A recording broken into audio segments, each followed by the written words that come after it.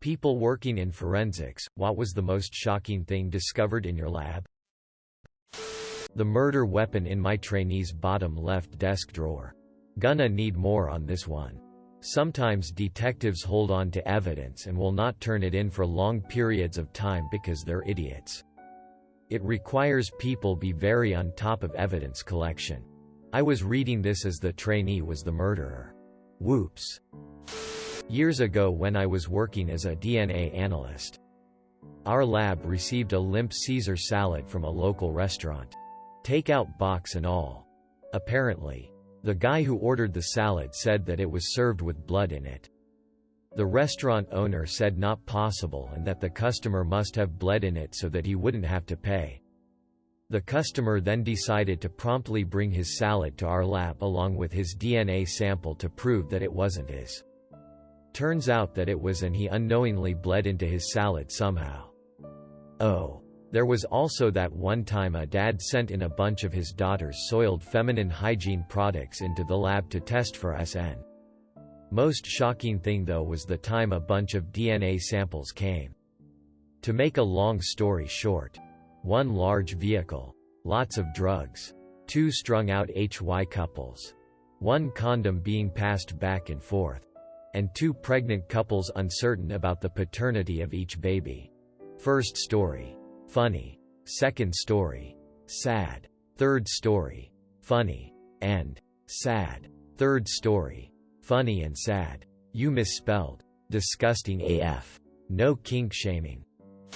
Not super shocking compared to others, but the first time you see a computer covered in blood full of bullet holes, it is moment you do not forget. I've read too and decided to quit before my eyes get tainted. I was working in a lab for a while. Nothing too exciting until we found that one of our coworkers got fired for having drugs, a gun, and other such things in their office. I know it isn't quite what the thread wanted, but that was by far the most shocking discovery. Sounds like how to fix a drug scandal. I'm not a forensic. I'm just a chemist at a lab. We were investigating a case of a serial killer that raped the victims before murdering them. We discovered traces of pepper in the victim's body. I mean, he could have gotten a pepper condom in any SX shop, but he just decided to put real pepper on the victim's genitals. Humans are without limits. What's that type of job like? That's the question you have for them? I'm curious about this. Could have just bought a pepper condom. Quote, yeah. Is that a thing? Actually, I'm gonna just Google it. BRB. Edit. Google says they're real. I guess to each their own. But I'm probably going to pass on it. That he was the father. I'm a bookkeeper, billing guy at a clinic, and we tested a baby to see if he was the father. Mom and dad were both blonde hair. Wife had blue eyes. Both looked super white. Kid was really black. Was tested earlier and he didn't have a condition. He was just black. The dad wanted a paternity test cause when you have 2 white parents and a black kid. It raises some questions. Turns out the mom had a black grandfather that didn't show up in their skin and that she didn't know about. Kid was biologically theirs, but just looked totally different. We tested a baby to see if he was the father. Totally misunderstood what you meant by this at first and was very confused. He is a time traveler like Fry and is his own grandfather. He did the nasty and the pasty. My friend's wife works in one. Getting blood samples from babies that tested positive for coke and meth was apparently fairly common.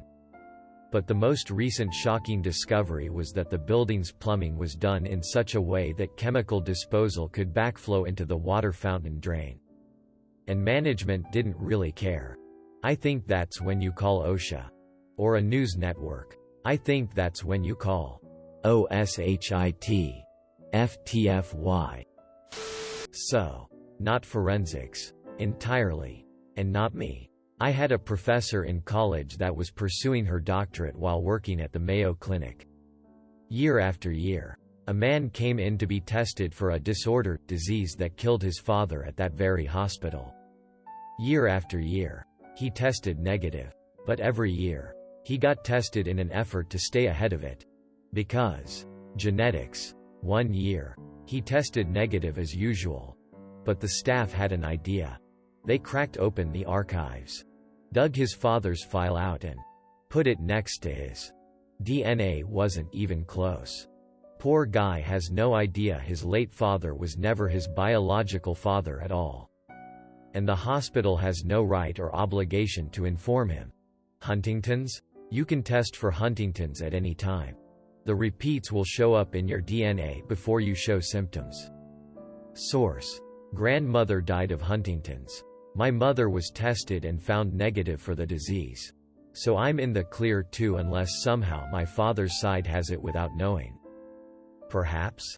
All I can remember is this was about 12 years ago. In a microbiology class that I passed by the skin of my teeth. Professor was smoking. Though. Had the honor of discussing with a soldier in charge of forensics for military examinations, and he told us this story. Death at a refuge camp. Woman. Apparently dead in her sleep. The persons in charge of cleaning her body noticed SN in her genital areas and gave the alarm. Due to the lack of personnel, the soldier had to help a coroner determine the cause of death. Heart failure. No signs of violence. At least 7 different male bioprints in her. They got very confused and could tell something was off. But not much more due to the language barrier. They then had the idea of calling a fake soldier and real translator on site to figure out what her family and countrymen were saying away from the identified translator's ears. Turns out her father was a pimp, and he was prostituting her and her siblings for money under threats. There was a full network on camp he operated, and he had an absurd amount of cash hidden on him when he was arrested. He is now in jail in his country of origin, and his family have been offered protection by our government. But I dunno much else beyond that. Edit. Forgot to mention. The death was of natural causes. She had a birth defect on her heart.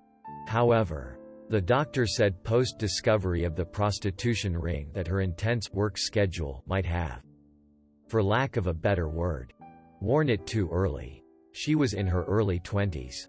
And her sisters were in the same age range. What the actual FK is wrong with some people? Spend enough time around the foster system and you learn there's nothing people won't do to their own children. A lot of times in books and movies, kids are put into foster care because their perfectly loving parents just passed away and there's no one else. No way, Jose. In actuality, the parents are abusive paws who don't deserve to walk the earth, and there's an untold number of siblings and half-siblings because dad never learned how to wrap it up. That's just sad. I wish it wasn't so easy to make kids. No kid deserves that kind of ST.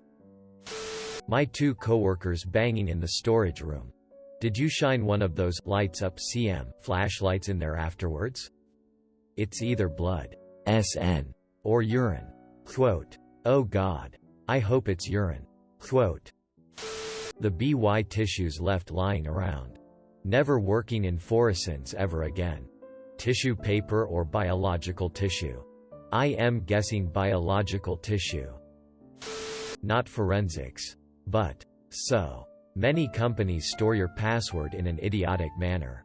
The most common flaw is that they know you're meant to hash passwords but use MD5, which has been known to be stupidly easy to crack for well over a decade. Seeing some of this bullshit in the wild finally motivated me to use a password manager and randomly generated passwords for each individual login.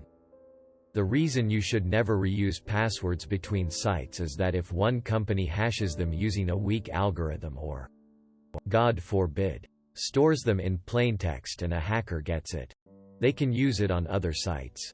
If you use the same password for some dodgy PN site as you do for your bank or your social media, well, you can guess what happens next. A hash function takes some input and spits out a mathematically related output in a way that's very difficult to reverse. I.e., it's easy to go from password to hash, but going hash to password takes insane computational power. This is a useful property for passwords as it means that even if someone steals your database, then they don't steal your user's passwords. When the user inputs their password, you hash it, and if the hashes match, you let them in. Otherwise, you throw an error. The gold standard today is the Argon 2 algorithm. But BCRYPT and script are common too. Only a fool uses MD5 or SHA for password hashing. Fun fact: many banks' online account management doesn't care if your password has uppercase letters or lowercase letters in it. You can log in all caps or all lowercase with no issue. Wells Fargo is one, and I believe Bank of America is another. There are apparently only 3 vendors that offer this type of software to banks, and I was told 2 of them don't have case sensitivity in the password field. Edit to add a link that is a few years old but still is relevant, unfortunately. Link. Programmer here.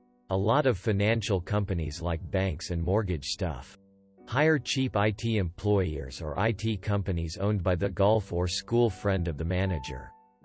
Some do this so that you can enter your password on a phone keypad for their IVR system when you call in. Not that it is a great practice, but that may be where it came from. They also usually store the password in reversible encryption rather than having multiple hashes for the variants. Not a forensics worker, but you may be interested to learn that bear SN is one of the most common things found in bodies of people who lay dead in forest areas. What? Gotta be a troll lol.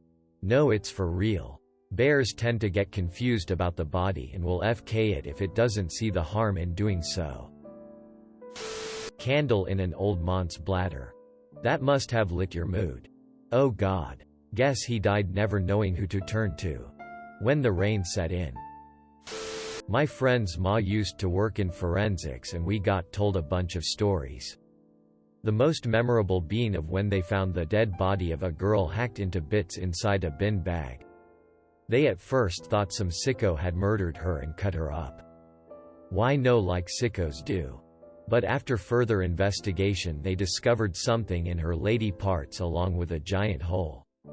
Some sciencing later, and the something was an acrylic nail.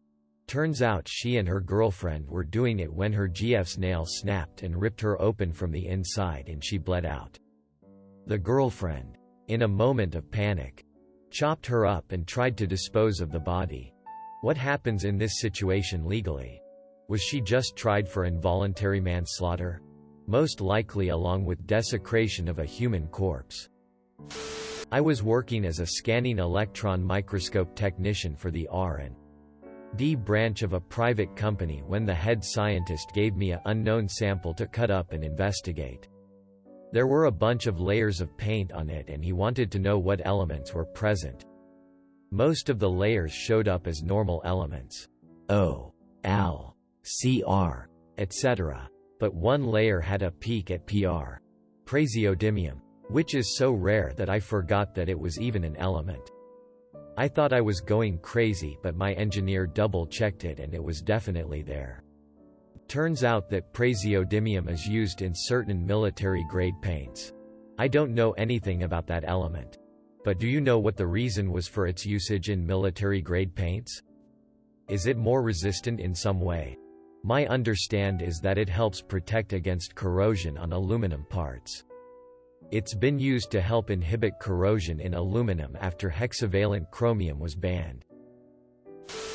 Thanks for watching. Make sure to like and subscribe to the channel for more videos.